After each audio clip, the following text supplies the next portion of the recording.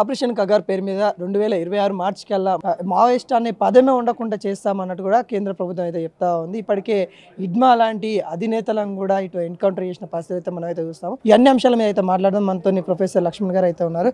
సరే, ఎలా చూస్తూ ఉన్నారు ఈ ఇడ్మాని ఎన్కౌంటర్ కావచ్చు, లేకుంటే ఈ పరిణామాలు అయితే ఎలా ఏవైతే ఉన్నాయో ఆపరేషన్ కగార్ని కావచ్చు మార్చి కల్లా అంతం చేస్తామని చెప్పడం, ఈ అన్ని అంశాలు ఎలా చూస్తూ ఉన్నారు? అంటే మార్చి 31, 2026 అంటే ఇంకొక దాదాపుగా 3 నెలలు. ఈ 3 నెలల్లో చాలామందిని ఇప్పటికే చాలామందిని భౌతికంగా నిర్మూలించారు.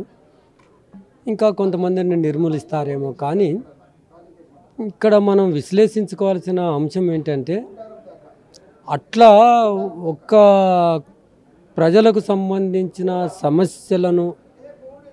సమస్యల ప్రాతిపదికన పోరాటం చేస్తున్న వ్యక్తులను, వాళ్ళు ఏ సమస్యల మీద ఉద్యమిస్తున్నారో, ఎందుకు పోరాటం చేస్తున్నారో అనేది ఆలోచించకుండా కేవలం ఆ పోరాటం ప్రజాస్వామ్య పద్ధతిలోనే ఉండాలని, నిరాయుధంగానే ఉండాలని, రాజ్యాంగబద్ధంగానే ఉండాలని నిర్దేశించడం అనేది పాలకులకు వాళ్ళకు నైతిక హక్కు లేదు.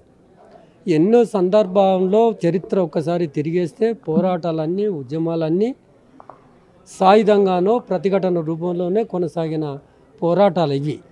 అయితే వాళ్ళు సాయుధులు అయ్యారు అనే ఒక నెపం చూపెట్టి వ్యక్తులను, వాళ్ళు తీసుకొస్తున్న డిమాండ్లను ఆలకించకుండా, వాటిని ఆలోచించకుండా, వాటిని ప్రాతిపదికగా తీసుకోకుండా మీరు తయారు చేస్తున్న పాలసీలన్నీ ఎక్కడో ఏసీ రూముల్లో కూర్చొని ఎక్కడో 4 మేధావులు కలిసి తయారు చేస్తున్న పాలసీ విధానాలు అవి.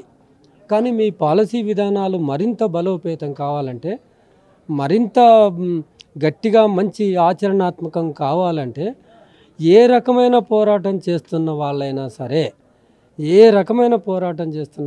సరే ఆ పోరాట మార్గాలు, ఎత్తుగడలు పక్కకు పెట్టి, వాటితో సంబంధం లేకుండా వాళ్ళు చేస్తున్న ఆ డిమాండ్లు ఏవైతే ఉన్నాయో, వాళ్ళు తీసుకొస్తున్న సమస్యలు తెర మీదకి ఏవైతే తెస్తున్నారో అవి ప్రజాస్వామికమైన ఆకాంక్షలా కావా, అవి నెరవేర్చడం కోసం వాళ్ళు ఉద్యమం చేస్తున్నారో.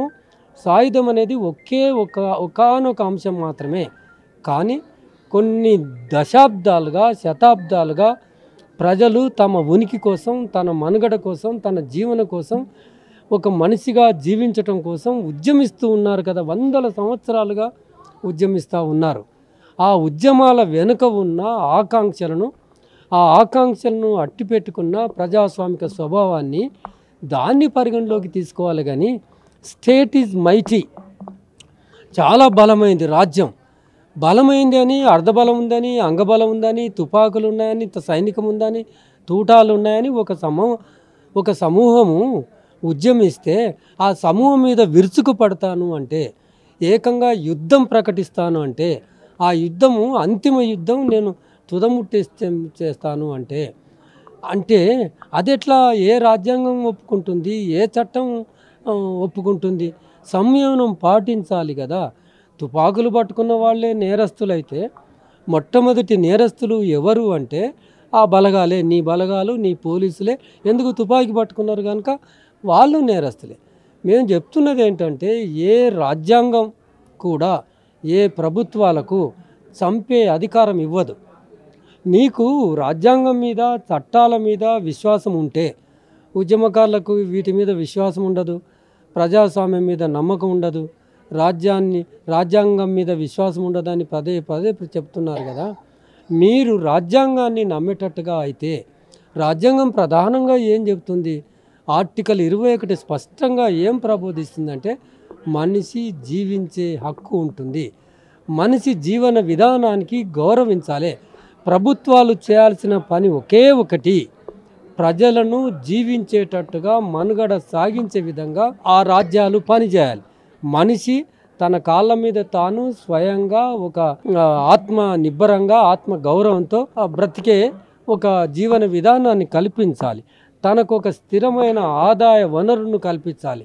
తను తలెత్తుకొని సమాజంలో హ్యాపీగా తిరిగేయగలిగే ఒక పరిస్థితులను కల్పించాలి. స్వేచ్ఛగా యథేచ్ఛగా స్వేచ్ఛగా తన బ్రతుకు తాను ఎవరి మీద ఆధారపడకుండా బ్రతికే ఒక పరిస్థితులను కల్పించాలి. ఒక వ్యక్తి మరొక వ్యక్తిని దోపిడీ చేయలేని పరిస్థితులను కల్పించాలి. ఒక వ్యక్తికి రక్షణ కల్పించే బాధ్యత మాత్రమే నీ మీద ఉంటుంది. మనిషిని జీవించేటట్టుగా చూడాలి. ఆ మనిషికి రక్షణ కల్పించే బాధ్యతను రాజ్యాంగం మీ మీద పెట్టింది. అవన్నీ పక్కకెట్టేసి మార్చి 31, 2026 వరకు మొత్తం మావోయిస్టులను లేకుండా చేస్తానంటే దాని అర్థం ఏంటంటే మావోయిస్టులను చంపేస్తానని దాని అర్థం. చంపివేసే హక్కు మీకు ఎవరిచ్చారని అడుగుతున్నాం. ఈ పాటికే 800 మందిని ఆపరేషన్ కగార్ పేరుతో చంపారు. అందులో 600 మంది కేవలం ఆదివాసులే ఉంటారు. మేము చాలాసార్లు చెప్తున్నాం. అందులో మహిళలు మీద కూడా చంపేశారు.